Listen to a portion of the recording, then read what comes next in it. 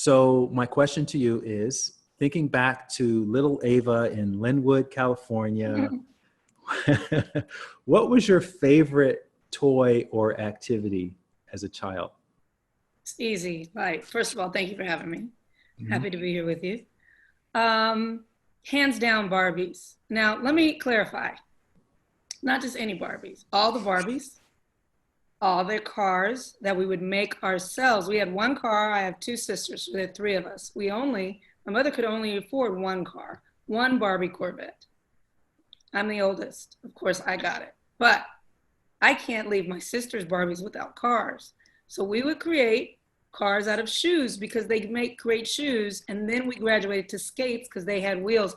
We thought we were geniuses. We were like, does everyone know that you could put the Barbie in the skate and roll her around?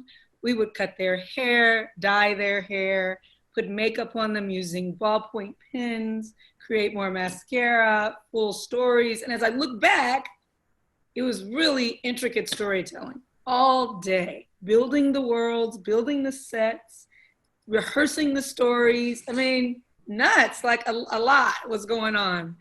And so shout out to my sisters, Gina and Tara, who were my first crew um, as, as we played Barbies all day long. What's the age difference like in you and your siblings?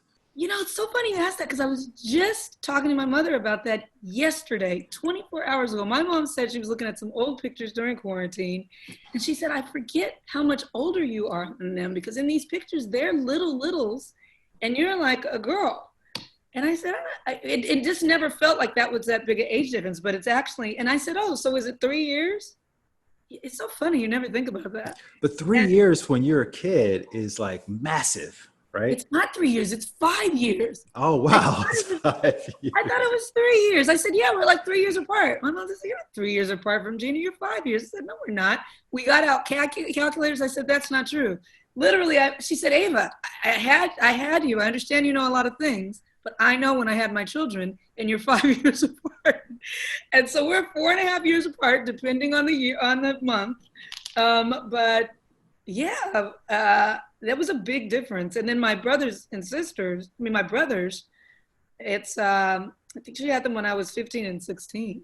So Mm. it's a big, big difference between us all. We don't feel, in your family, you don't feel those differences, really.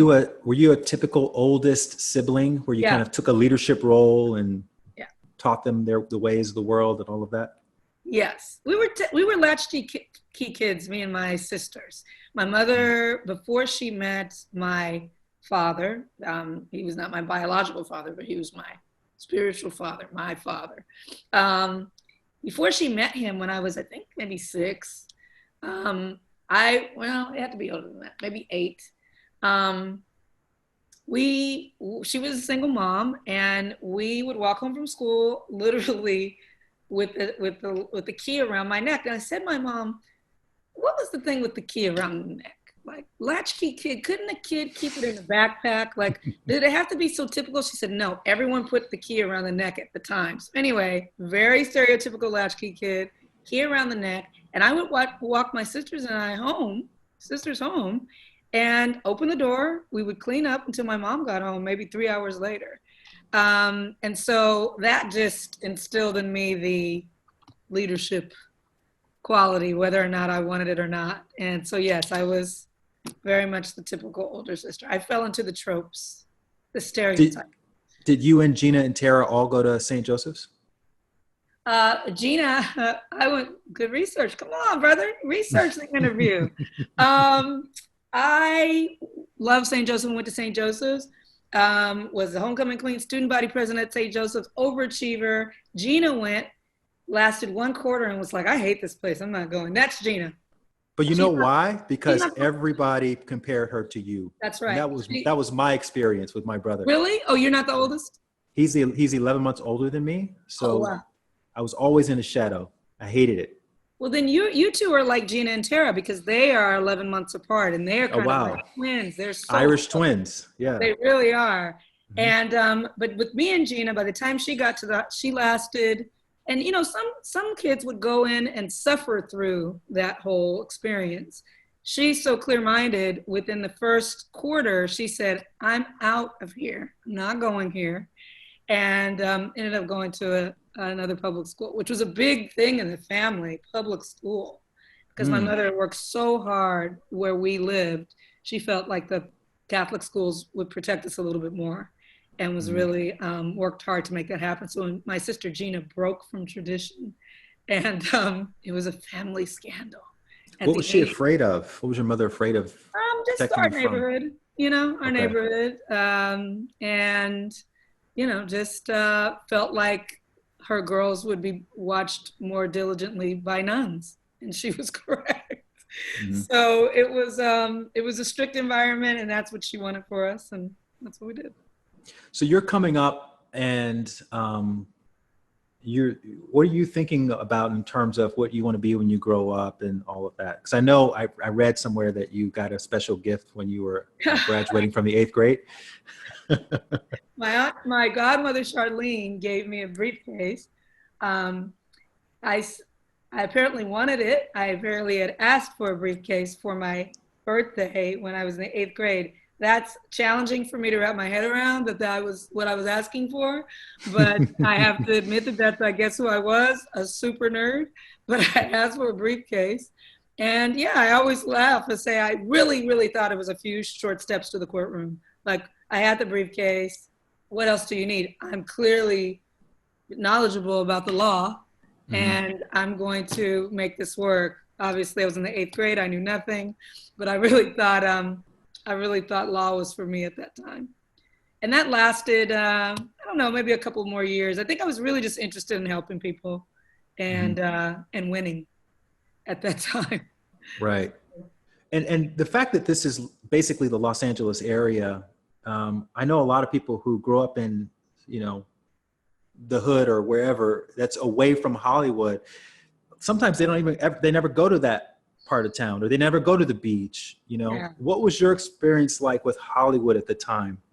Oh, nothing. It was as a film lover. My Aunt Denise, who was a huge influence in my life, was a woman who worked at night as a nurse. And she would work at night so that during the day she could do what she wanted. She was one of those people who didn't live to work. She worked to live. And she loved plays, and she loved movies and music and concerts and poetry and museums.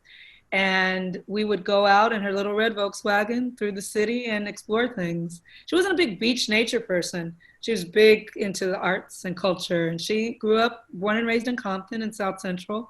But, loved a good opera and a beautiful, exhibit in a museum, and really opened up the world to me in that way. And so I remember, I think my biggest memory of going into LA from Compton and Linwood was going to the Dorothy Chandler Pavilion. Do you know that place?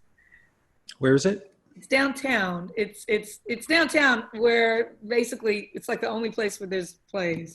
The Dorothy Chandler, right now it's next to Disney Hall. Yes. I've been there. But it was at that time just this grand theater space. And I remember walking up the steps and thinking, I've never seen anything so beautiful in my whole life. There was no space like that where we were from, where it was just for art. And I remember the velvet seats and the curtains opening and just all the pomp and circumstance of that. And so those were my experiences at that time. But yeah, I mean, Los Angeles and Compton if you're living in Compton, you're living in Compton at that time. For me, my family wasn't also going to LA at all. So it was very, when I went to UCLA, it was a big, like, whoa, what's been happening over here? Westwood? Like, I didn't know Los Angeles. It's a sprawl. I think people around the country don't understand what a sprawl LA is. So if you're in Compton or you're, in Orange County, you're not really in LA every day. And you and your aunt would have had I think a more special bond than any of your siblings because you were the oldest. And I know having nieces and nephews, I'm much closer to the first one that's born. Yeah. And I know she also exposed you to two things particularly that ended up, I think, rippling throughout your life. One was a movie, one of your favorite movies, and the other one was a music group. You want to talk a little bit about that? I'm impressed by your research. Yeah, the movie was West Side Story. And I remember the day. Yeah, What? go ahead. No, you. No, go ahead. I was just going to say, what about West Side? But yeah, Yeah. you're already talking about it. I remember the day, it was a rainy day, and she had to work that night. Mm-hmm. And I guess I was talking a lot or something, or she just needed to do something with me. I was spending the night spending the evening at her house or something. And I remember her saying, turning the channels and saying, oh, great, this is great, and it's long. It's like 3 hours. Sit here, watch this. Really watch it, Ava, and tell me what you think afterward. I was like, okay. I remember it was raining, and her refrigerator wasn't working. And so I don't think I ever tell this part of the story, but she would put Coke cans, because she loved Coke or Pepsi, on the windowsill. And when it was cold, it would get cold. So she said, sit there and put this Coke can here. And after the 6th commercial, it'll be cold. So after the 6th commercial, go ahead to the window and get yourself a Coke. And I was like, come on, this is great. This is fantastic. And I don't know if it was a combination of the rain, the Coke I was waiting for to get cold, but I fell in love with this movie and the brown people and Maria and Tony and the dancing and the colors. And it feels like the first movie. I mean, it wasn't even in a theater. It was on the television, but it kept, I mean, I had seen movies before at the movie theater. I wasn't that young. I don't know, it was something about it. It's one of my favorite movies of all time. And I've seen it now all over the world. I've seen it on planes, trains, automobiles. I've seen it done live with orchestra music. I've seen black and white, color, film, digital. All of them are beautiful. Have you seen it? I've never seen West Side Story. No, I know. I was going to try to watch it before the interview, but I didn't have time to spend 3 hours watching. No, but I'm going to. That'll be my homework after this. I promise you. I promise you I will watch West Side Story. Oh, do it on a rainy day. Okay. There's no shortage of rainy days here in Atlanta where I am. So good. Yeah, I'll do that. I'll let you know what I thought about it once I see it. Yes, please do. Yeah. Please do. And what about the music group? Oh, you too. Mm-hmm.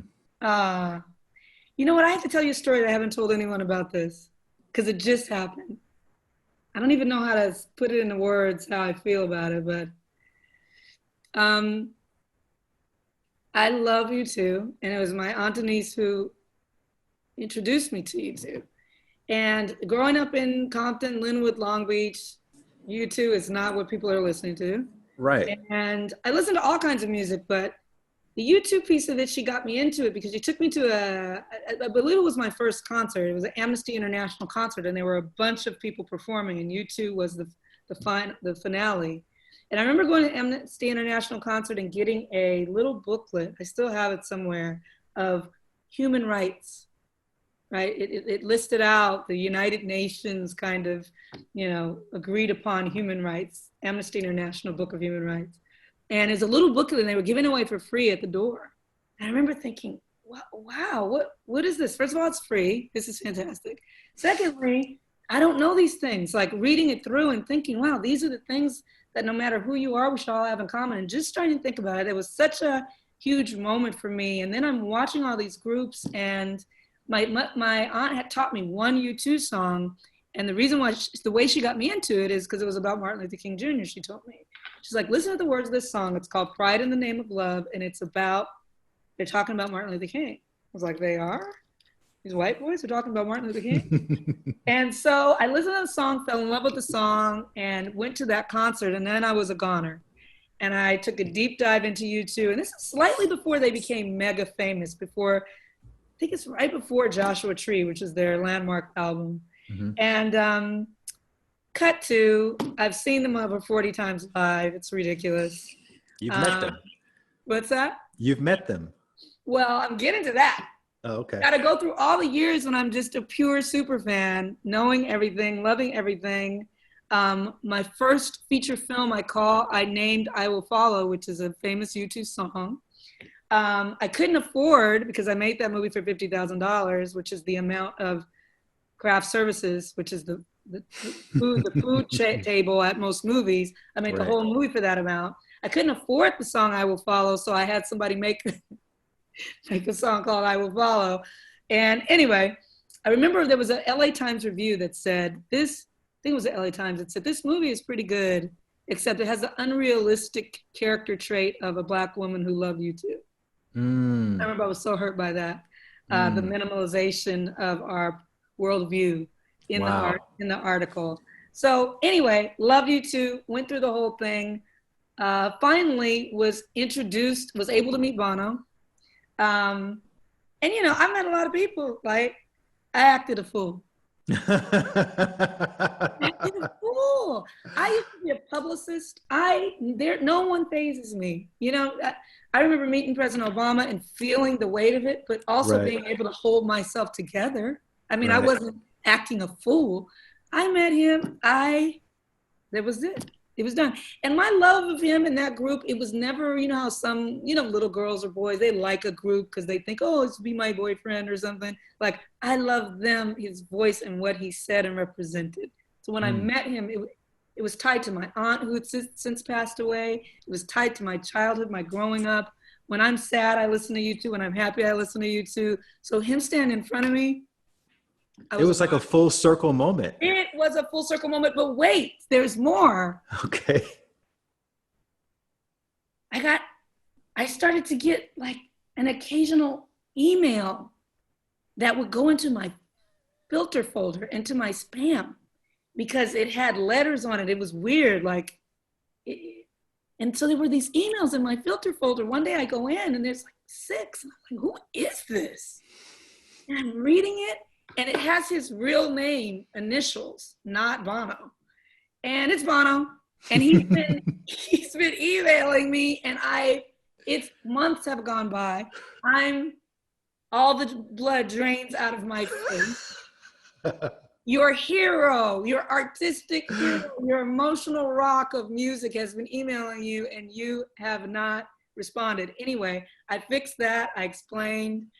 Now and then we have an exchange. And this is the final part of the story, because Light is like, this answer is long. This is it. Last week, like this Tuesday, I talked to him on the phone because he had sent me an email asking if he could interview me for U2 radio on Sirius Radio, and that he has an occasional series where he will interview people that he's interested in. I said, what is going on? Mind blown. I'm sitting on a Skype, like this, on a Zoom, talking to Bono, and he's asking me questions about my life, my work. Literally, brother, it happened like 6 days ago. And so I say this to say the cycles, I'm starting to, at this age and in quarantine, really pay attention to the cyclical nature of life and how things that I'm experiencing now will land in a certain place that is beyond my control, but can be within my observation. And that now things that were seeded in years ago on multiple levels seem to be coming back around. Lessons, things I've said, things I've experienced, things I've observed. And that was just a huge one. Like, who gets to meet their heroes? And if you do, you're lucky if they're who you thought they were. And that's turned out to be the case here. And I feel so fortunate. Sorry for the long answer. No, I love that story. I mean, that's, it raises a lot of questions, I think, for people who don't know I know your full back. I know a lot of your backstory now. So it all it makes me even more excited to continue on with this interview, but I want to fill in the gaps for people who don't know about that film, I Will Follow, and just all the other things that have happened in between now and then. So a couple of questions for you. Was there a griot in your family? And if so, who was that person? I think it would be Denise. It would be Denise. And so I think that's why the connection with U2 and Bono and Denise in the first film, which is about her, is all tied up in a very emotional place for me. Okay. And how did you inherit your work ethic? You mentioned you were, your class president and homecoming queen. I'm assuming you did well in school. Yeah. Where did that come from? Well, definitely not wanting to disappoint my mother. Mm-hmm. As a baseline of fear. And I say this, and if you meet my mother, you know her voice is like this. Really? She has a voice like a little girl. When I was growing up, bill collectors would call the house, and you see how my voice is. My voice has always been like this. and she would answer the phone and say, hello. And they would say, can I speak to your mother? And she said, I am the mother. And they were like, this happened so many times. And she would hand me the phone and she would tell me what to say. And I'd say it in this voice. And so my relationship with my mother, we're 17 years apart, 18 years apart. And, you know, me having to stand in proxy for her as an adult on the phone, often because of her high-pitched voice, and her being a single mom and taking care of my sisters, all that contributed to kind of a responsibility. I think the work ethic really came in with my father, Murray May, who, like I said, she met and married when I was 8, 9, something like that. Was just a hardworking man.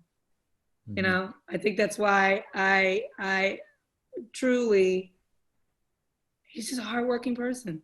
He would wake up every day, put on his work boots, put on his work clothes, and go out and make a way for himself in the world with his truck and his tools. And he had a carpet and flooring business. And he would wake up early, and he had real moral, you know, let morals guide him in terms of his work. He would talk about things that people would do and what he said back to them. Things that I even try now, because to think about what my father would do in tough situations when people don't treat me well, he would always turn the other cheek. And so I get emotional talking about him. I miss him. But yeah, definitely the work ethic from him, the sense of responsibility from my mother. So I grew up in Montgomery, as we talked about before, and obviously that's the cradle of the Confederacy and the genesis of this modern day civil rights movement. So that conversation was constant in my family. And I've read that your family was more of a Black Panther, sort of Black Power lean. I'm wondering how prevalent was that conversation as you were growing up? You know, that wasn't in my family, that was in my neighborhood. My family is very apolitical. And it's interesting because, and I wish we had time to talk at a different, because I have questions to ask you, but you know, if you're in Montgomery, you know, and you know the history of Montgomery, that is a place of radical Black politics. And when I say radical, it doesn't necessarily mean that we're talking about Black Panthers. Nonviolent protest was radical. It was all birthed there in so many ways, or not birthed, but demonstrated there in a national way there. And so, but my father at the time of, you know, a lot of the activity in Montgomery was a kid. He was a little boy. And he came from Lowndes County, Alabama, where there were a lot of people who were very political and very grassrooted in their organizing, but there were a lot of people who were afraid. And he came from a family who was more afraid of that kind of involvement in the movement, and was, you know, rightly so. And had seen murder and had seen bloodshed within the family, and so didn't really traffic in that too much. And so, and my mother, growing up in Compton, they were both in the middle of movements that they never really were involved in. Like, she was right in the middle of, you know, the Black Power movement in Compton and South Central, and never was really a part of it, just tangentially. I said, did you guys march? Did you? And they're like, yeah, no, we just were, you know, observing from the side. And so it's interesting, but where I grew up, you know, Black Panthers and Black Liberation Movement were, you know, it was an epicenter for it. And so I heard a lot about it outside of my home. That makes sense? Yeah. But so it's interesting to me that there's a family like yours that actually was talking about that in the house as you're growing up. That wasn't my experience. Wow. Yeah. That's that interesting because when I think of you, I don't think of you as being like, I think on the surface, I think these kinds of shows are nice. I don't know you at all, but from what I know from the gram, Mm-hmm. Someone might look at me and think, oh, she probably came from a highly political family where they were organizing and marching, and I didn't. And you did. But you know what I mean? Like, yeah, taking different routes. So yeah, I saw a picture of you online with Rosa Parks. Yeah. As a little kid. My family they were friends with her. Wow. They were there during all that time. And Wow.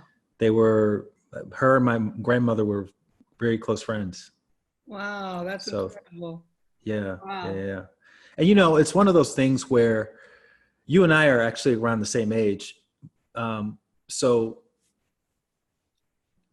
I didn't have an appreciation for it as much as I do now. Obviously, if I had a chance to go back and, with my awareness now, and I would be asking her nonstop questions and wanting to hear everything. But I remember taking that picture at the time and just thinking, who's this old lady? And, if you've heard about her, I grew up on Rosa Parks Avenue. Wow. So they renamed my street. Rosa Parks it's in the Ridgecrest area of Montgomery, which is it's on the south side of the city. So but you never at that time, you're just a kid. You're not thinking about that. No, I wasn't really thinking about it. Again, I had surface level knowledge, but like we talked about, there are high schools in Montgomery named after Confederate generals and the Confederate president, and this day. And it's just, to this day. And that's Montgomery, Alabama. And what's interesting, I'm sure from your perspective, and we'll get to, shooting in Montgomery, but you don't have to really do much because it looks almost exactly like it looked in the 1950s. Totally. So there's no production design that you need to do. There wasn't a lot. We just had to put the people in the right clothes and have them right. I like if you're going down this one highway in Montgomery and it's like Confederate White House 1 mile ahead. You're like, really? That's what the sign is, and you go and it's there waiting for you. Right. Yeah. So how would you, not looking back from where you are now, but during childhood, as you were coming up, how would you describe your childhood? Would you describe it as a happy childhood, or was it a struggle, or? No, very happy. I think of it as happy. And what a fortunate thing that is, as you grow up, what people have gone through. And I've never really done the work of going back and looking at my childhood from an adult lens. And I think why? Right now in my mind, it was happy. Mm-hmm. So for me to apply my current politics or my current worldview to that, I'd rather just remember it as a happy time. Right. And leave it there, because it's very positive. I grew up on a street that I thought was beautiful. I went back maybe about 10 years ago, was in the area and drove through it, and I was like, wow, that's how it always is. Wow, it's small. It's so small. God, that house was so small, and wow, was that across the street? And I remember this being different, and but in my childhood mind, I remember the tree, and I remember the lawn, and I remember the good. And so, I was very happy. And why did you choose UCLA? Because I would imagine you'd be going to somewhere like Spelman or I didn't get in. Howard. You didn't get in? I did not get into Spelman College. Wow. Their loss. My number one, that was my number one school, and didn't get accepted. And I didn't get accepted. And but I did get accepted to UCLA. And so that's where I went. I really thought I was going to Spelman. Like, that's where I wanted to go. I wanted to be a Spelman sister. I wanted to do the whole thing. Didn't work out for me, but it was good. I loved UCLA, and I learned so much there, and I really became a part of the Black student community there, writing for the Black Student Newspaper, Black Student Union. And that's where really, I think, my political worldview began in a way that has informed so much of my work and what I believe now. So it all worked out. So a couple things about that experience, and I want to talk about, and I don't know if you want to even talk about this because you seem to be a little reticent in it in other interviews, but I want to talk about what was happening at the Good Life Cafe around that time. I want to talk about your mom and your siblings leaving and going back to Alabama. Okay. Right? So there's a lot of transition happening there. But the one thing I want to touch on first is you had to show up at UCLA a month early as a freshman. Did you understand at the time why that was happening? What? And what that meant? They had a thing called the Freshman Summer Program, FSP, where it might have been a month and a half. They brought Black kids early in Brown up early to get oriented. I believe it was something that came out of previous Black students demanding, saying that, you know, kids need to, who have no context for what this is going to be like, the university should spend some time helping them be prepared. And so we, you know, the dorms, the classes, you know, it was like a summer camp before college with a whole bunch of Black kids. And lifelong friendships, but also a preparation so that when everyone else came, we didn't feel like we were not on equal footing. And either, not so much intellectually, but just in terms of resources and structure of a school like that. You know, the assumption was most Black kids from certain areas were coming from schools that did not have that kind of formality and needed a little help. So I don't even remember ever talking about this anywhere. And at the time, had you already started going down to the Good Life Cafe? No, that was, wow, this is so funny. That was later in my freshman year. Yeah. Okay. So you're in college now. You're studying African-American studies and English. That's your sort of double major. You have a job at Aunt Kizzy's back porch. I'm leaving this podcast. What are you talking about? So you're having to drive down the Marina Del Rey to do that. You're driving over to Exposition in Crenshaw to rap on stage. Your group, Figures of Speech. No!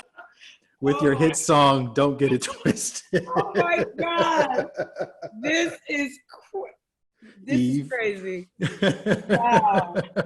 I'm like blown away. And then UCLA is in Brentwood, basically, right? Or Bel Air, actually. So yeah, it's a lot of driving. Plus you double major. That's a double major. That is so great. And thank you for the research. What a wonderful person to know all that and to find all that. One thing that I'll say about that time with all the driving, which no one's made that connection. My mother, who I talk to every day, maybe just on Wednesday of this week said, because she wanted a screen door. She's been talking about the screen door. She wants a screen door so she could have the window doors open. I said, Mom, use the credit card, get the screen door. I don't know. I said, how much is it? She said, it's a lot, but I've saved a little. I said, how much is it? It's a screen door. How much can it be? Well, it needs to be custom. And I said, okay, Mom, how much is it? It's almost $1,000. Very worried about it. I said, Mom, it's okay. Consider it a gift, an early Christmas gift. Get the screen door on the credit card. She gets the screen door and she's really beat up about it. I said, Mom, let this be payback for all the parking tickets. And she laughed and laughed. That goes back to your question. All that driving, I'm telling you, I had a warrant for my arrest on parking tickets. Westwood, everything's metered, okay? That's right. I couldn't afford a parking pass, right? A student parking pass. So I had to park far and walk. So when I'm coming home from Aunt Kizzy's, I didn't want to walk. So I would just I'll get out before they come in. I'll get out at 7 a.m. and I'll move the car. 57 parking tickets. That turned into a warrant. That turned into me not being allowed to go to school until I paid parking tickets on campus. The city had parking tickets off campus. I had parking tickets in Marina Del Rey. I had parking tickets on Crenshaw. And my mother somehow, with working a small job, paid those tickets. And so I said to her just 3 days ago, the screen door for the parking tickets. She said, no. How about my house for the parking tickets? I said, the house also for the parking tickets. Everything you've ever done that I'm doing for you now is because of those parking tickets. Because if you didn't, those could have took me down. When you really look at it, that could have taken me out of school, taken me down, and so she saved me. Anyway, I did a lot of driving. You did. And you did a lot of performing. I did. I that was the first time I was an artist. I was Right. trying to shine, not even trying to be. I just loved that vibe. I made my very first documentaries about it, Mm-hmm. and it's called This Is the Life. And I was just going down as a kid, listening to music. And I'm Listen, feeling, I watched you perform, and when I saw you performing, what I saw what I saw was hours and hours of rehearsing and memorizing and practicing your stage presence. Is that just my imagination, or were you really, I mean, that's a part-time job right there. it was so fun. It was a joy. It didn't feel like a job. It was a joy. That was our scene. Those were our people. Yeah, like a purpose, like you We were found all your trying to purpose. impress each other. Yeah, we were trying Hmm. to impress each other. There was a rigor applied to it to get up on that stage. You couldn't get up messy. You respected everyone who was getting up, and so you want to do your best. And there was no cursing allowed. No cursing, no cursing allowed. There was so many things that weren't allowed, and so you had to work within the limits and be creative. It was probably the best. I mean, I've had some beautiful creative experiences, but I would say it was the best creative community I've ever been a part of. What did you learn about entertaining people from that experience? That's a great question. You know, the interesting thing is I never felt like that work was about entertaining people. I felt like it was about saying something. So that's Mm. interesting now that you helped me make the connection. Because even in my work now, I don't think about keeping people entertained as much as I think about what am I saying here? But that was what the good life was about, is meaning. Hmm. And everyone gathered, cared about the meaning, and so therefore we're entertained. But it didn't start from an entertaining place. It started from a place of, is this worth saying, and how are you saying it? And it was also sort of a genesis of conscious hip hop Yeah, or yeah, rap. So yeah, yeah. did you ever see like Diggable Planets or Arrested Yeah, we Development or any of love those them. guys there? We love them. Far Side. Far Side were regulars, Mhm. um, and I'm impressed by your hip hop knowledge. Very good. Far Side were regulars. They were I always. wasn't always a meditation teacher. No, no, you're not a meditation teacher. Everywhere you see online about you, it says meditation guru. I thought, I Guru. thought, did he Teachers are more say humble. I'm a meditation guru? And everyone, but like that's the word around meditation, guru. What does it take to go from teacher to guru? If I would have this podcast, I'd be asking such questions. But yeah, no, it was a beautiful time, and yeah, met a lot of great artists there. Okay. Yeah. So going back to college, you're studying African American studies. Did you have a mentor in that area, or did someone to kind of give you an idea of what the future could be like? I mean, there were a lot of wonderful professors. I think the biggest piece of it was just the other students. There was a woman named Monique Matthews, who was a few years above me, who really helped me so much at that time as a young, Black woman on campus and learning about myself. There was a gentleman who ran a lot of the Black student life on campus, Mandela Kaise, who really, took me under his wing and helped me with reading and what to read and what to be listening to and thinking about during that time. So it was really the student life was the most impactful for me at that time. UCLA has such a rich Black student history. I mean, from Angela Davis's professorship there to how the African Student Union was formed to even two Black Panthers being shot and killed on campus. It was a lot to learn and to embrace, and was a beautiful place. Did you have an idea of where you were going to work after college? I thought I was going to be a publicist. Well, first I thought I was going to be a journalist. Mm-hmm. And I got a very prestigious internship with the CBS Evening News, and I was a part of the OJ unit. And I'd been working all that time to produce broadcast news. And so I got to CBS Evening News national desk in LA with Connie Chung and Dan Rather, and I thought, few short steps to my career. And I hated being on the OJ unit. I was digging through people's trash cans. I was a juror. I was doing things. This is when I feel news started to become a lot more tabloid in nature. And I was right there for that. And so I'm grateful for it because I was able to move out of it before I put too much time into it. And then I got into publicity because I love movies and I thought, oh, I can write. I love movies. I'm interested in media. So instead of being the press, why don't I pitch the press? So I got into publicity. Did you have friends in publicity at the time? No, I don't even know how I fell into it. I had no friends in publicity at the time. It was I truly believe that so much of what people become in life from college is based on what the open positions are at the career center. I'm telling you. I mean, it's like, oh, I could do that. I think I can do that. And you fall into a job and it's 20 years later and that's what you are.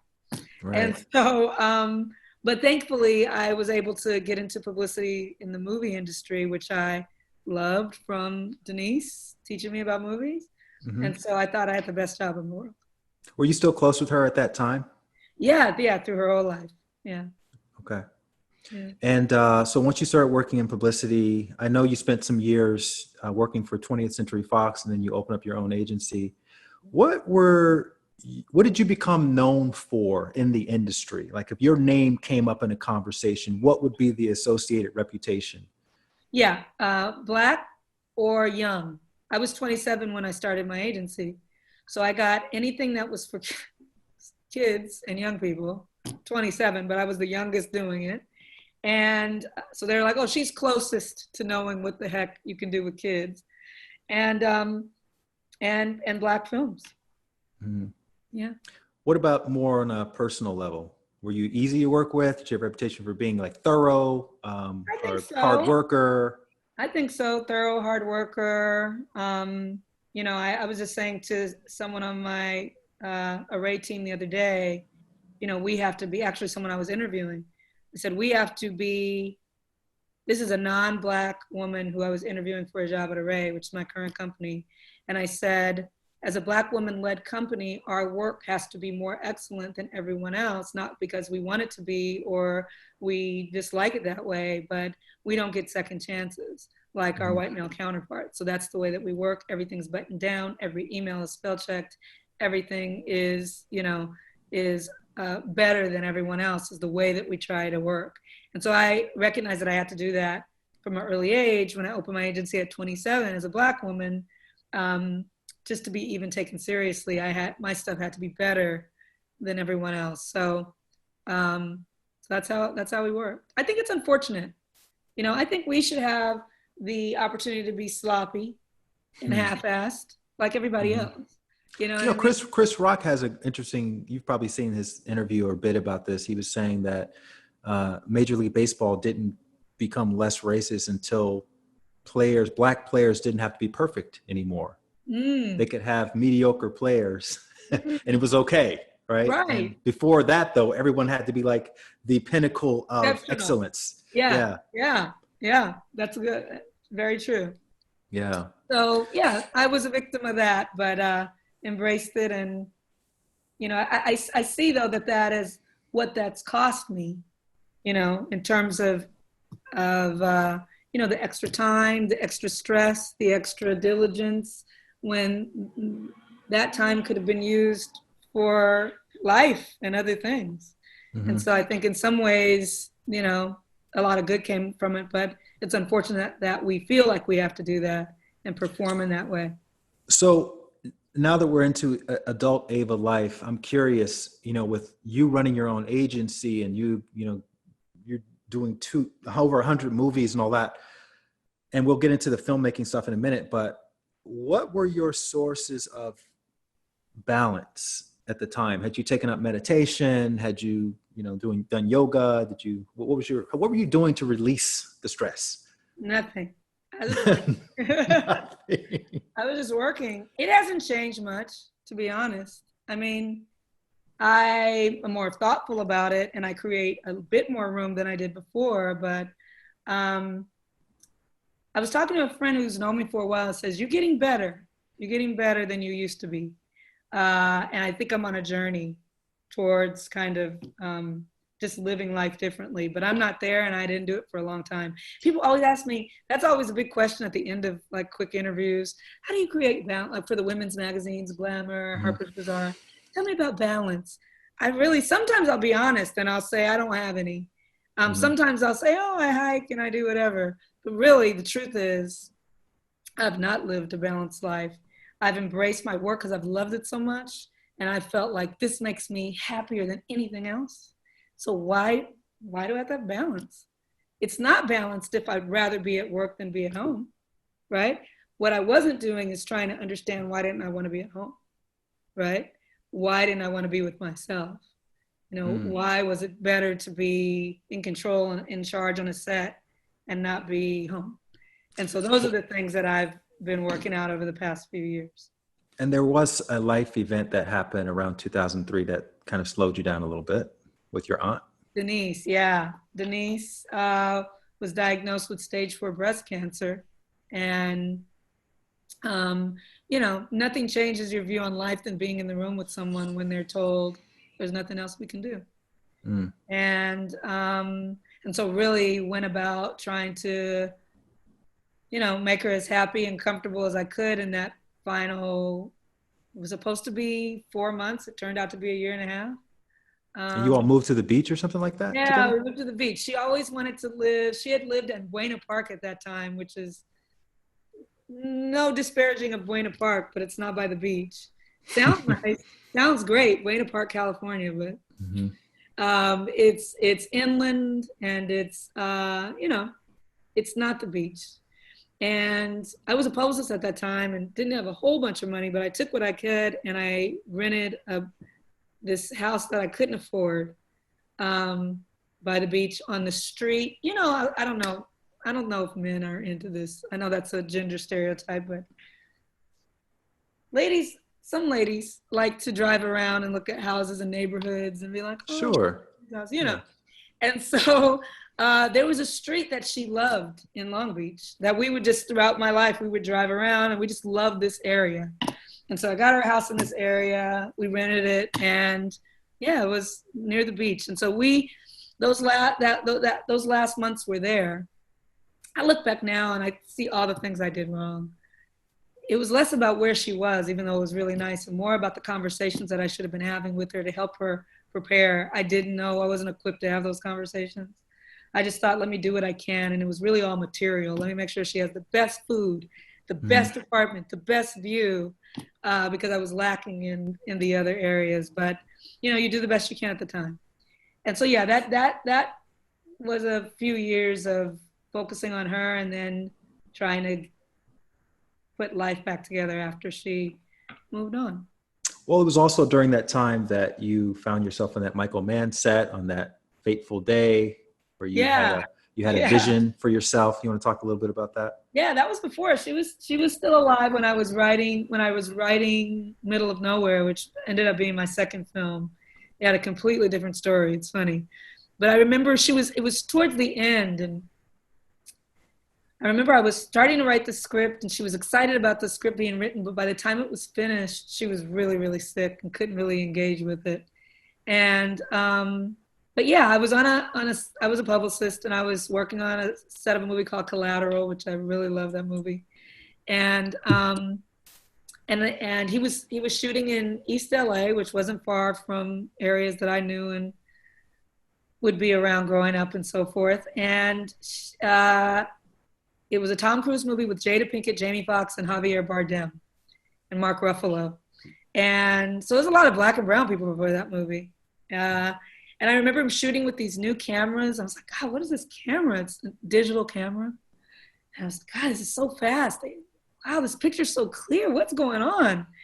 And he's one of the first people to be shooting with these specific cameras. And he had all these black and brown people on the set. And it was in East LA. And I thought, I'd never seen a movie set in a place like that with so many black people using the top cameras with a big movie star. And I thought, gosh, I don't even know what I thought, but I somehow thought, let me try to write a script.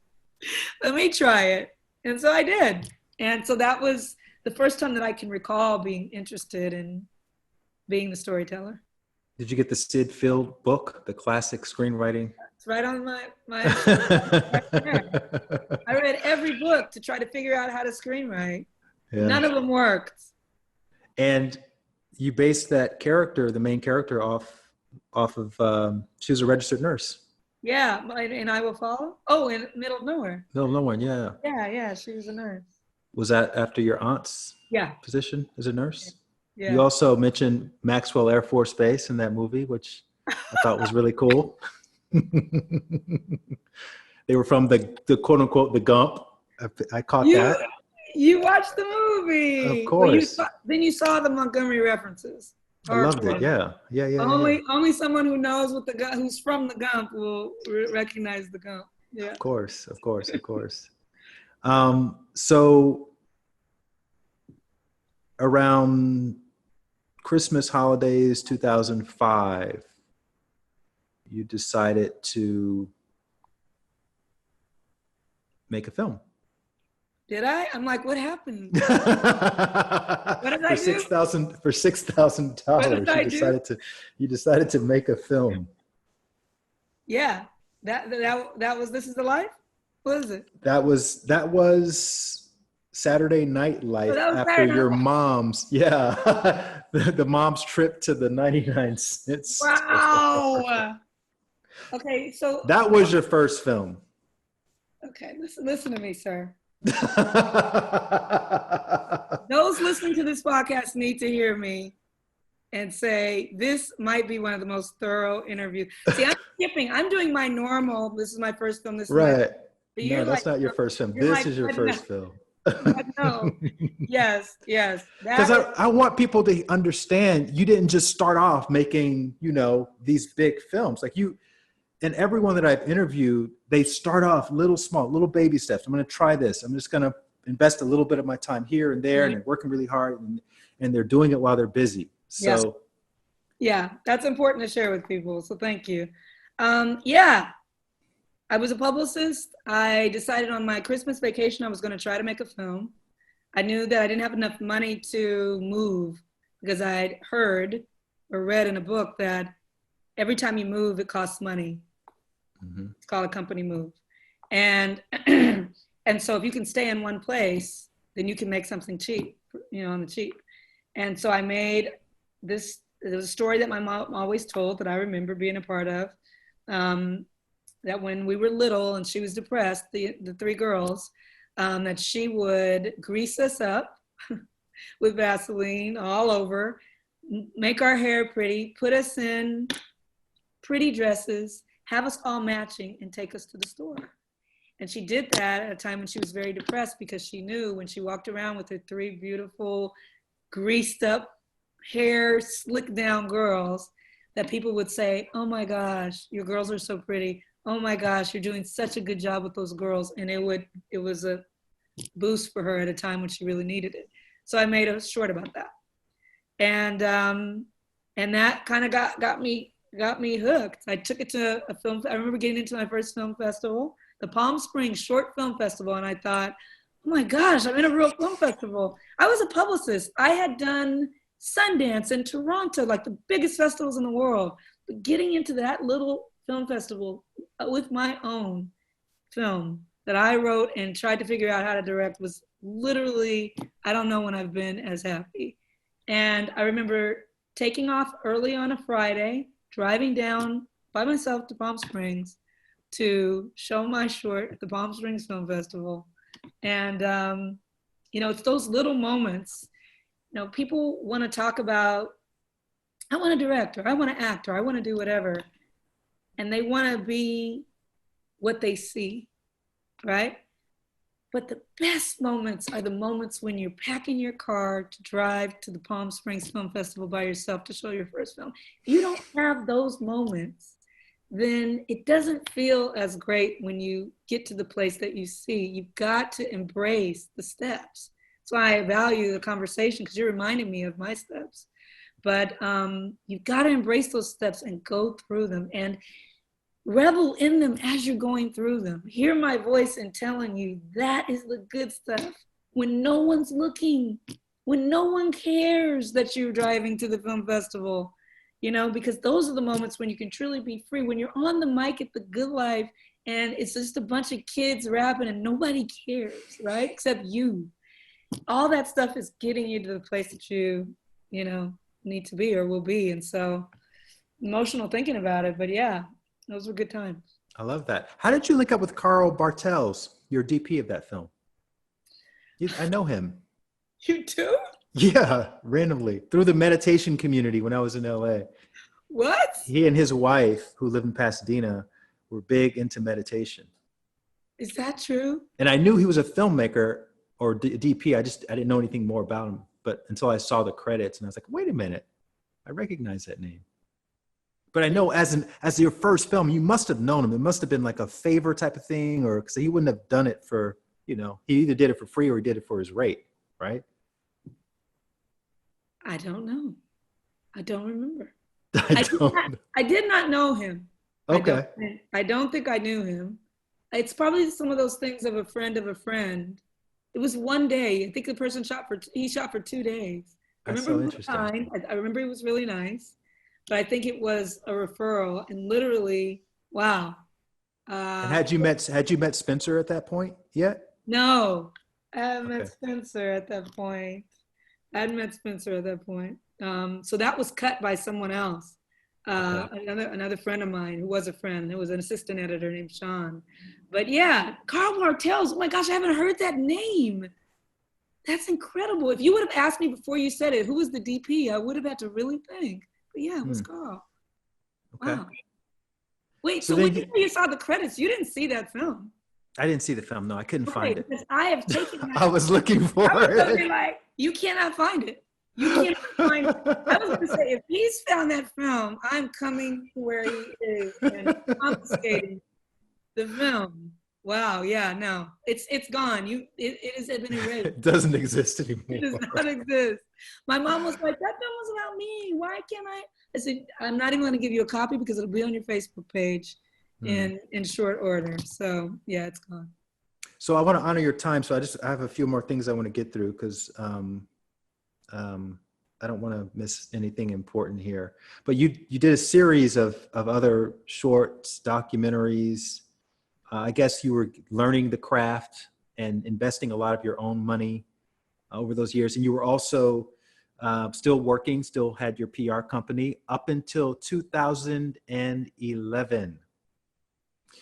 You decided, I'm going to close my company. And there was an interesting inspiration for making that decision based on your mom. Can you talk a little bit about that? Because your mom made a change. Oh yeah, she was around your age. Yeah, my mom changed careers, and so I thought I could too.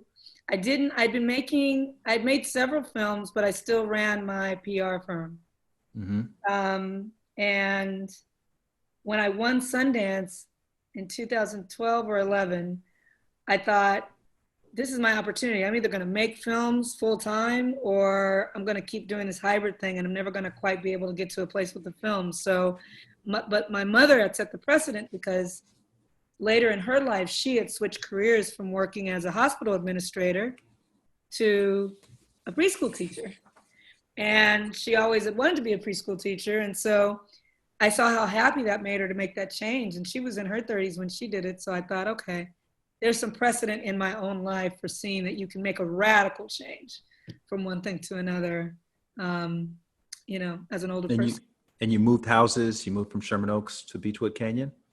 Yep, I moved from Sherman Oaks to Beechwood Canyon, trying to live that artist vibe, you know, and just started to to downsize, you know, because I was going to be a filmmaker now, not a PR firm owner, and just had to, you know, live with less to try to pursue the dream. So you had people on a payroll. You had Spencer working out of your office, who became your editor, right? So you had a whole thing going. You had a very successful company. How difficult was it to make that choice, to leave that behind for this kind of vast landscape of unknown possibility and potential in filmmaking? It was very easy as I look back because I had taken the steps and prepared myself. I didn't do it in one full swoop. Like, I'm going to be a filmmaker, give my things away and let me live small. you know, I'd taken all the steps. I had made the other films. I'd worked hard at You'd my won some job, awards. and yeah, you know, I gotten to a place where I thought I can take a chance at this, and I'm very I'm not a really things person. I mean, I have things, but I don't. It was okay for me to be smaller, and people always say about my cars, like, Ava, why don't you take your car to the? You have a nice car. Why don't you take it to the car wash? You're like, oh yeah, you know what I mean? Because I don't take pride in it.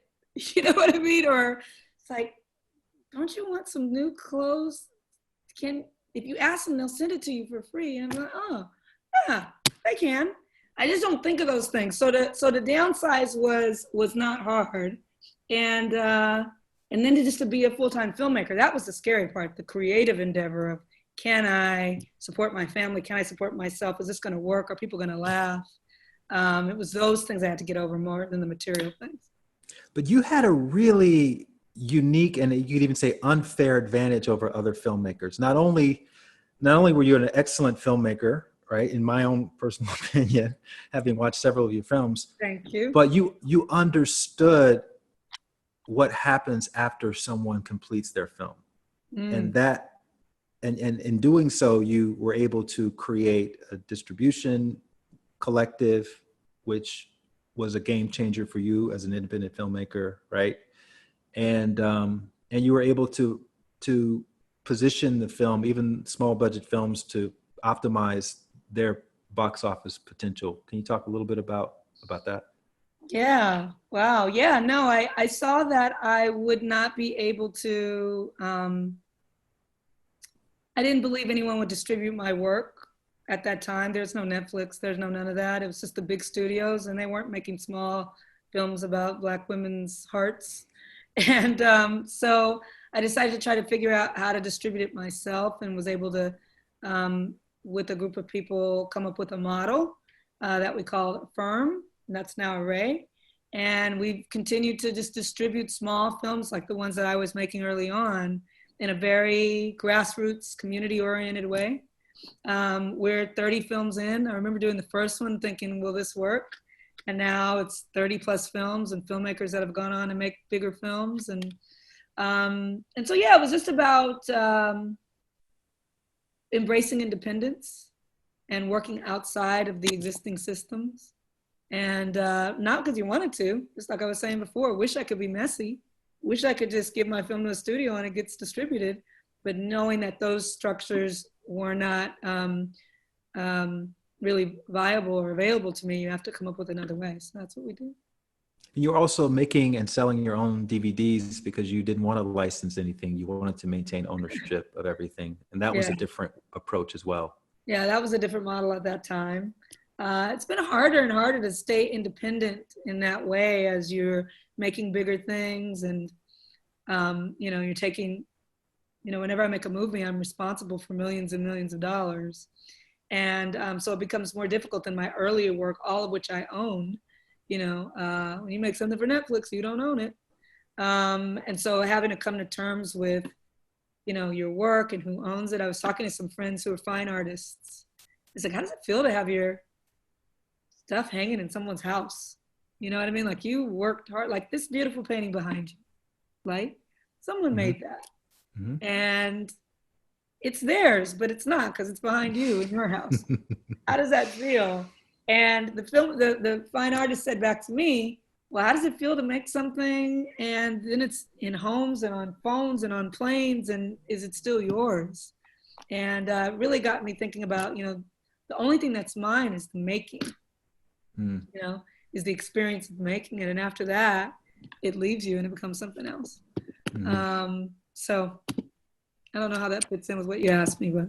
Well, and that leads us to Selma. So you had done a bunch of films. The budgets had increased marginally, 50,000, 200,000. And there's this whole other subplot with David Oyelowo, where he sits next to an investor in in the middle of nowhere. and the investor recognizes him because he's happily watching his DVD. And can you talk a little bit about that story leading up to Selma? Leading up to Selma, crazy story. David had been in my film Middle of Nowhere, which was the one that kind of broke me out and won Sundance. After that, I had no job offers. Famous story of other white male filmmakers who had won different things at Sundance that year, who got immediate job offers. One, a pal named Colin Trevorrow, actually got offered Jurassic Park, and I couldn't even get an episode of television. Ultimately, I got an episode of Scandal and was able to do a little short for Prada. And somewhere along the way, David tells me, go after Selma, and that I could really get this job if I could figure out how to do it for the amount of money that they had. Because all the directors were saying, we can't make that for $20 million. I was like, how many million dollars? My last film was $200,000. So I said, literally all the big filmmakers were like, we can't make a film about Dr. King for $20 million. It's not possible. David was like, she can, because we had just worked together. $20 million to me, I thought, who cannot make this film for $20 million? $20 million? It goes fast. It goes fast. But I wrote the script, we made for $20 million, and yeah, we did this thing, and it changed. And he started in it. But I think But before that, the story that you're talking about is on the plane. Yeah. For Middle of Nowhere, which was a $200,000 film. He was on a plane with someone who asked him, I didn't even know David, who asked him, I've been asked to invest in this $200,000 film. You're a Black actor, because I recognize you from this other show. You're sitting next to me in first class. Do you think I should invest in this?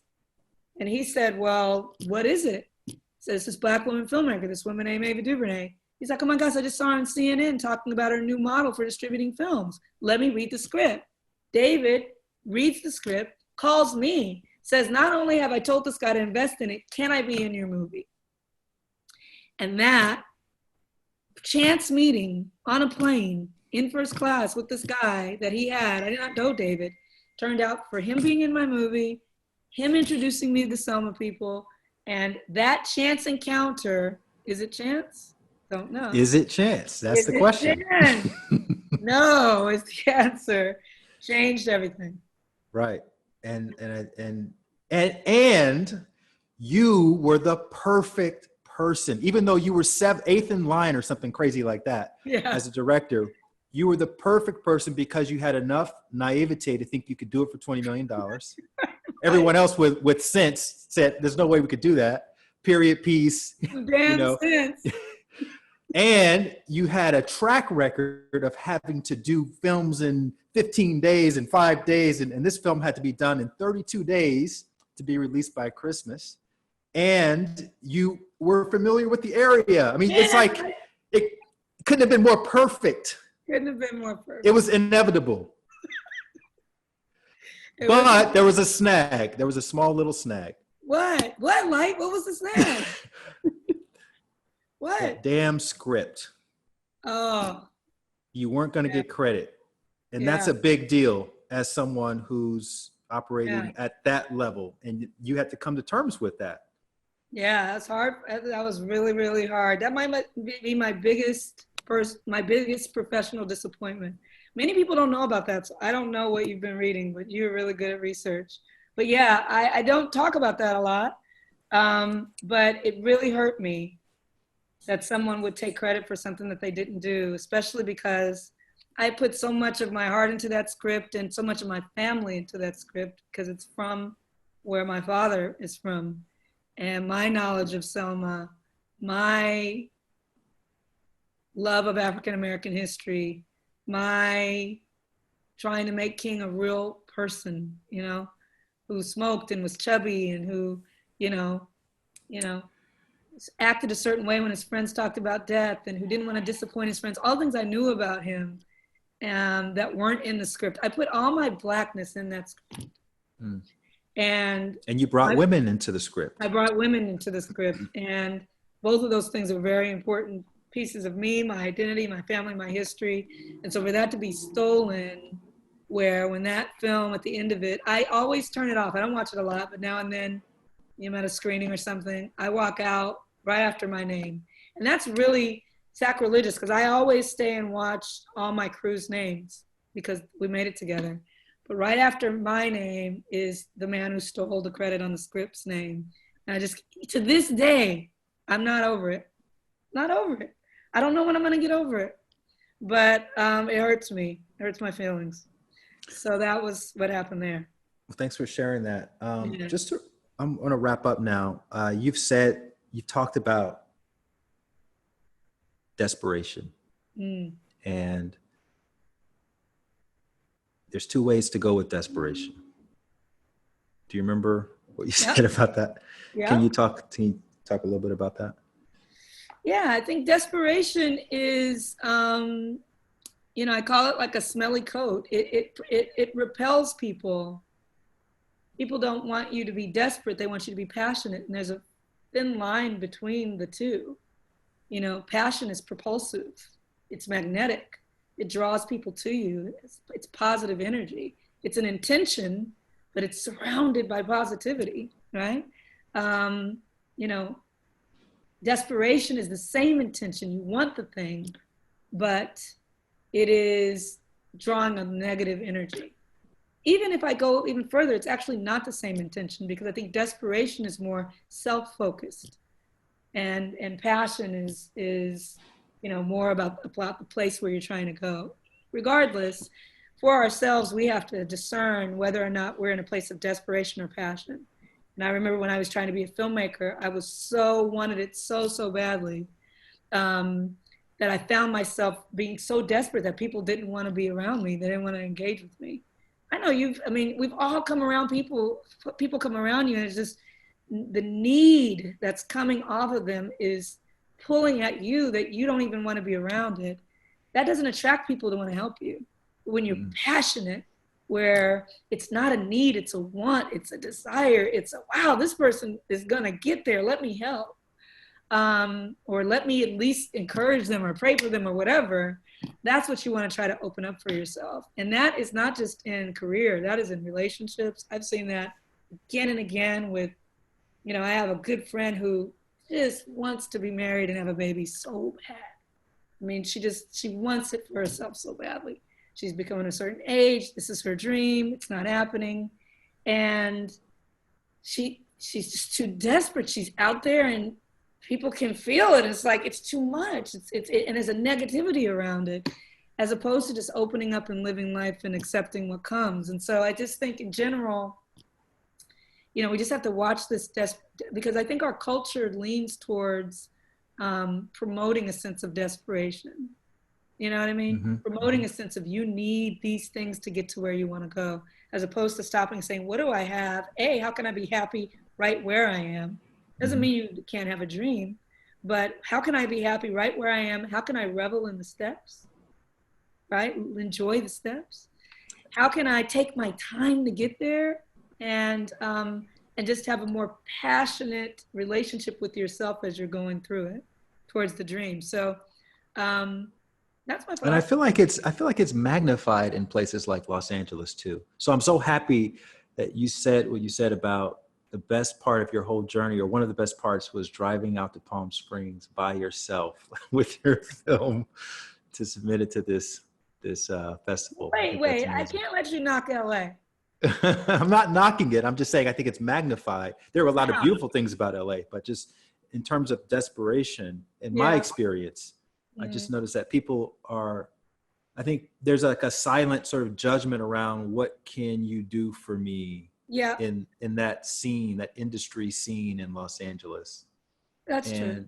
And I think people have to kind of almost actively protect themselves from that, and that's why you have all these mansions far away from every place, because people want to control their environment, who comes in, and make sure that people that they're surrounded with aren't like that. Or maybe sometimes they want people like that. I don't know, but I think you're right. I think you're right about that. I think also it's one of the things that, I know we're wrapping up, but one of the things about LA, just to say, I don't know if it's LA, I think it's the culture of the industry Entertainment, of yeah. and lifestyle and all that. I've had to really come to a place where whenever I'm interacting with it happened early on in my career where I would be disappointed that I think I'm interacting with someone from a real human place, but they really just want something. Mm-hmm. You know what I mean? Mm-hmm. And when that happens to you enough, and I think that's happened to so many people, when that happens to you enough, then you start to not give yourself to, you know what I mean? You meet someone new and it's the exchange is, oh, they're going to want something, as opposed to, let me just talk to you, you know? And so I think that, especially when what I did as a publicist, what I do now as a director, like I have very few conversations in the industry where someone is not talking to me because they want something. Mm-hmm. And so, you know, how do you bifurcate that from real life when the industry is your real life? And so it's interesting being in a place where people want something from you instead of you wanting something from them. And when that change happens, you know, there's some adjustment there. Okay, so now that you're on the other side, what's the takeaway from that? Like, what do you tell somebody? In addition to don't be desperate, but like in a more practical sense, like what's something, say someone meets someone who they would naturally want something from, what's the move? What do you have to offer? Mm-hmm. Right? That's what I say. I need your help. Can I get advice? Can I have a coffee so you can tell me this? I would love to talk to you for a few minutes. Every time I read that, that's a line that I hate. That's a pet peeve. I would love to take you to coffee. What's in it for me? Right. I would not love for you to take me to coffee. A, I don't know you. B, I'm busy. Right. C, what is the conversation going to be? D, who are you? Like, part of the people that I like to work with is I observe them working and doing their thing, and I want to get in there and know more about it, right? Like, I'm interested. Like, be on your own train, do your own thing. That attracts people to you, and then people want to collaborate, and then they do want to do for you because you're doing something for yourself, or you can give them something, not material, but a good conversation, an anecdote, a story, some energy, some life, a laugh, some poignancy, some exchange. But when you're just trying to draw from people, people back up, and just think about that in your own life, not from your career or whatever, but folks listening, just think about your best experiences are sitting at a table with a friend, having a conversation over a meal. That's an exchange. You're giving something, they're giving something, it feels good, you walk away full. If you're not able to do that, even as a person who's trying to get somewhere, every time you go into a job interview, right? You don't try to get the job, try to give yourself to the job. What are you giving? And our society, our culture is so get, that it's like, what do you have to bring to yourself? It doesn't have to be, what do you have to give of yourself to whatever the experience you're inside of? Or else you're not inside of it, you're outside of it just trying to claw your way in. I think that's the biggest thing. I say that a lot with job interviews, where I say to people, I didn't realize until I started hiring how much, when I wake up in the morning and I'm doing interviews to hire, how much I want that person to be the right person. I want them to come in and tell me what they can do to help me, because this is a job this is a job to help me. But people go into the job like, help me get this job. When they should walk in like, Ava, this is what I can do to help you by filling this job, right? No, they'll go in and be like, well, I can, and they're groveling and they're unsure of themselves and they're scared. It's like, well, you're not going to help me do the job I need. Right. You don't have this job. And it's just a posture and a perspective and a point of view. So I hope if anyone hears any of this from this story of all these arcane facts that Light has pulled out from my life. I've had more. We just don't have time to get into all of them. All of those led to this moment of me to say, don't be desperate, focus on the experience that you're having and you want people to have with you. And try to move through these spaces with that and see what happens. Okay, final question for you. How are you defining success these days? for Oh my yourself? goodness. That's a great question. As we're in the middle of a pandemic, revolution, recession. Mm-hmm. I'm going to tell you the truth. But every day I turn on the news, I'm looking at you've gotten awarded with something, you're offered Those aren't success. something. Those aren't success. You know what So success? that's why I want to know, because people would look at that and think, oh, she sees herself as a success. So how do you define success for I do yourself? see myself as a success, but I'll tell you why. For the first time in 20 years, I've been home for longer than a month. Mm. There are places in my house that I am seeing hit, like what that corner looks like at noon when the sun hits the plant. And the other day I was in the house, I was like, look at that coming through the window. Let me sit there. Let me sit in that part of the yard. I have not cooked for myself like I've been cooking for myself over the past, but cook for myself, enjoying the slicing of the arugula. You know what I mean? Enjoying just taking care of myself in a way that's not rushing from place to place. This quarantine time has been challenging. I've had a death in my family early on. I've had real challenges, but I've also had beauty and joy of spending time alone. And I feel so successful in finally giving myself some time. That's how I know you, because I don't meditate until 2 months ago when I picked up that damn book. And someone told me about it a long time ago. I was like, I ain't got no time to meditate. My mind can't stay still. The first pages of your book, everything that came out of my mouth, you've heard it a million times. And the thing that made me literally, I dropped the book and I shed a couple tears at a point early in the book when you write, and the reason why is because I just said this to my sister Tara the week before from my own revelation, right? I feel like I'd never heard it before. I thought it. I said, this is going to be my new way. I said it to my sister. She's like, wow, we should do that. And a week later, you said the same thing in the book. You know what it was? Can't guess? No idea. Now the role is reversed. I have no idea what you're going to say. You have that many jewels that you're dropping in your book?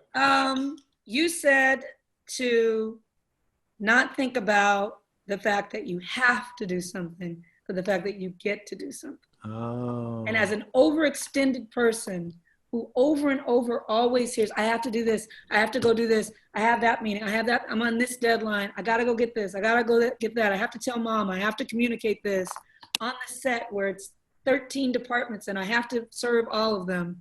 For me to say, no, you don't have to, you get to.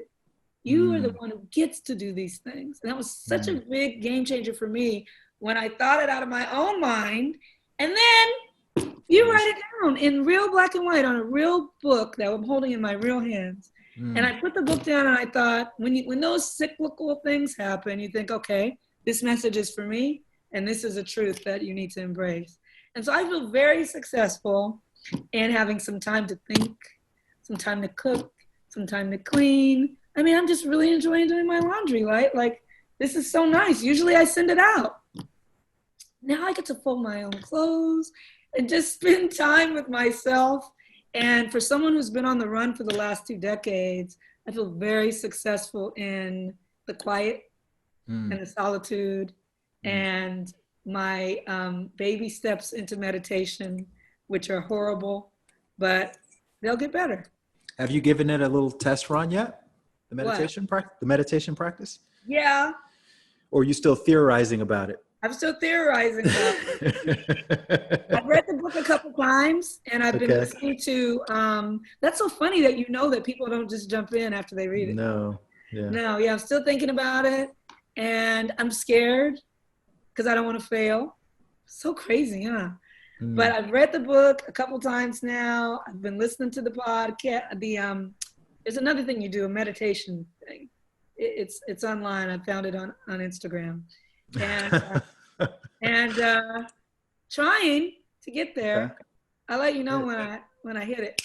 Awesome. I want to offer some reflections about some of the things you talked about, and this is probably the most direct correlation between someone's favorite activity as a child and what they're doing now, in the sense that you actually have a Barbie doll. Yeah, I mean, that's right. how does that? I told you cycles. I told you. You started playing with Barbies, and now there's an Ava DuVernay Barbie doll. I know. Isn't that great? I mean, I'm telling you, when I say cycles, I really see them. It wasn't just a cool thing to have a Barbie. Like, I know a couple other people have Barbies. They're like, oh, it's cool to have Barbies.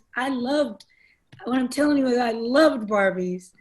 I have one in my likeness. I'm looking at it right now. I just want to rip open the box and play with her. But right. That wouldn't be appropriate at my age in the house by myself. But yeah. also what it represented, like you playing with your sisters, you creating, and basically storytelling and improvising, making it work, using shoes, using whatever was there to tell that story. And that's something that obviously has shown up now in your life, where you are, you've created this life for yourself on the basis of improvising and being innovative and being hardworking and being gracious. And I didn't know that you read my book. I didn't know that. So it makes a little more sense now. Yeah. No, I didn't know that. I honestly didn't know how we connected, but the gram, everything happens through the gram. But you're big on Twitter. I'm not on Twitter at all. And I've been thinking about getting going on Twitter more. You have a Twitter account? I do have a Twitter account. It's automated. It's horrible. I'll show you. I don't know it, and I want to know it more than I do. So I'm inspired by that. Yeah. But anyway, I find you to be incredibly gracious, especially with everything you have going on. And, all of our exchanges have been very, very lovely. And I've seen a lot of your interviews and videos, and even when you're in rooms doing Q&A with like 10 people, and you're just always like, thank you very much for that question. That's such a great question, and it's just the grace. It's just like, and it's authentic. It's not like Hollywood grace. It's like real. I'm really happy to be here. And I think a part of that is because you've been in so many different aspects of the spectrum of, being an admirer and a fan to being a creator, that you have an appreciation for people just showing up and just being there. Mm-hmm. And you never take that for granted. And I think that's beautiful. When people come. I think that's beautiful. I think a lot of it has to be from getting into it much older. Yes, that's exactly what, I think that might be just an appreciation for it. And the likelihood of it all happening being so minuscule. The likelihood of a 32-year-old publicist who'd never gone to film school ending up making films and being known for making films, when a few years ago I didn't even know how to turn on the camera. Right. Is so unlikely that it blows my mind every day. And it's incredible. Yeah. And you've had clear angels in your life, which is also a common thing. Your Aunt Den is like your guardian angel, right? She was the one that kind of helped you recognize your path. And I'm just curious, what do you think she would say now if you got a chance to have a conversation like this with her? What would she say about all of I can't everything? Wait till that day. I can't wait till that day. I feel like she's active in my life. I feel like she's guiding me and making so much of it happen, her and my father. And I just, she loved movies so much. Sometimes when I'm on a set or at a premiere, at a film festival or wherever, I think, gosh, she would love this. And she would be right there with me. And I just have to always tell myself she is right there with you. She's experiencing it. And so I can't wait till the day we can sit down and have that conversation face to face. But I know that she'd be loving it. She'd be giving me a lot of advice. I wonder sometimes, what would she instruct me to do different than what I'm doing? You know what I mean? Or what would she say that maybe would have pushed me in a different direction? Because I, thought so highly of her opinion. Would she say, don't make Selma? Don't do that. Can you imagine? Who knows? You never know. Yeah. Well, I'm sure she'd be proud Hope nonetheless. so. And and while you're well known for 13th and Selma and all that, I do recommend people go back and look at the earlier work as well, because you can, there's such beautiful stories. And I think some of the most beautiful stories are told before somebody is known for telling stories. Mm-hmm. And I saw that a lot in your work. Well, Ava, thank you so much. I really, really appreciate it. This has been revelatory for me because I'm not in therapy, so I don't really think of circles and cycles in life and have these kinds of conversations. So it's been so helpful to me, instructive and impressive. Also, I think that you can be a meditation guru / world-class interviewer. Because I've always been so curious about the motivations and the intentions behind. I don't care about what you did or what awards you won. I want to know why you decided to do that. And who was the influence in your life, and how did you end up in the room with that person, and all the backstory. Like, that's what I've been so passionate about my whole life. So now I've created a way to have an excuse to ask people that those questions. And so I'm appreciative that you gave me that opportunity to ask you those questions. If you like that video, you're going to love the next one. Click this thumbnail right here, and I'll see you over there.